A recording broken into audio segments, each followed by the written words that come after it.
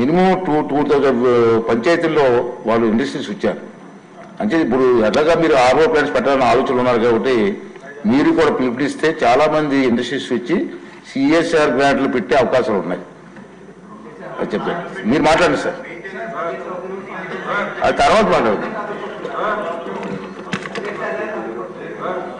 మీరు అవునండి, already announce చేశాను బాబు సార్. అది మీ ప్రశ్నలో రావాలి, మీ ప్రశ్నలో ఎవరు మాట్లాడలేదు మీరు. నమస్కారం అధ్యక్ష. సార్ చెప్పండి సార్, ప్లీజ్. నమస్కారం అధ్యక్ష. సో ఇది సార్ రక్షిత మంచినీరు అనేది ఇది ప్రాథమిక హక్కు అధ్యక్ష.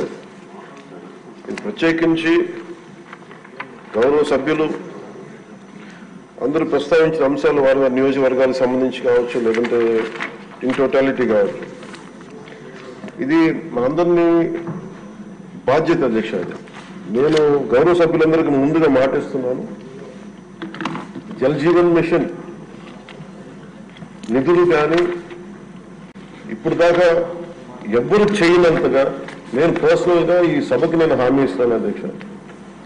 దీన్ని చాలా ఒక స్టిపులేటెడ్ టైంలో గౌరవ సభ్యులందరూ అడుగుతా ఉన్నారు.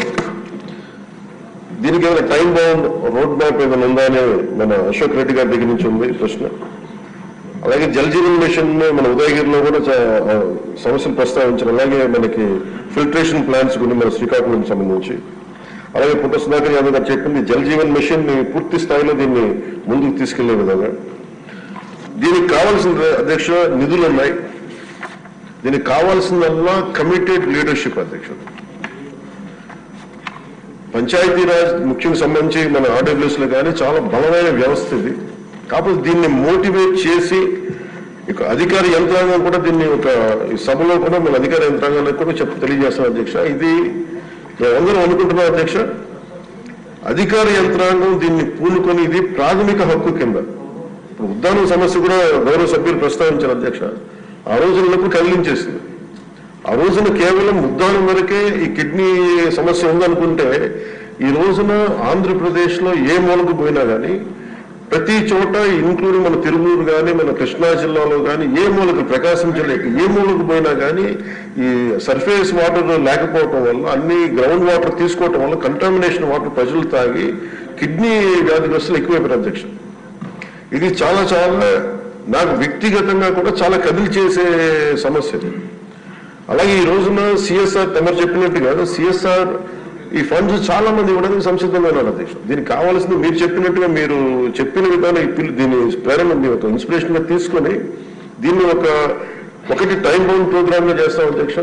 అలాగే దీనికి ఒక ఇన్స్పిరేషన్ ఇచ్చేలాగా ఒక స్టేట్ లెవెల్ ఒక కాల్ నేను వ్యక్తిగతంగా తీసుకుంటాను అధ్యక్ష మీరు చెప్పిన ఈ సూచన. అలాగే అధ్యక్ష వ్యక్తిగతంగా కేంద్ర ప్రభుత్వంతో మనందరికీ సత్సంబంధాలు ఉన్నాయి కాబట్టి ప్రధానమంత్రి గారు కానీ కేంద్ర నాయకత్వం కూడా కోరుకుంటుంది ఏంటి అంటే జల్ జీవన్ మిషన్ ని ఆంధ్రప్రదేశ్ దీన్ని ఒక దేశానికి తలమానికంగా చేసి can become a role model to the entire nation అనేది ప్రధానమంత్రి గారు కూడా కోరుకుంటుంది. ఆయన అంతిమ లక్ష్యం కూడా ఏంటంటే కేవలం 2 గంటలు కాదు రావాల్సింది నీళ్లు, దాదాపు 24 గంటలు రావాలి నీళ్లు అనేది ఆ దిశగా కేంద్ర ప్రభుత్వం ఆలోచిస్తుంది అధ్యక్ష. దీన్ని ప్రత్యేకించి నేను గౌరవ సభ్యులకి నాకు అది ఎగ్జాక్ట్లీ ఒక స్టిపులేటెడ్ టైం నేను ఇంతనే స్టిపులేటెడ్ టైం నేను వెంటనే మాట్లాడలేకపోతాను అధ్యక్ష. బట్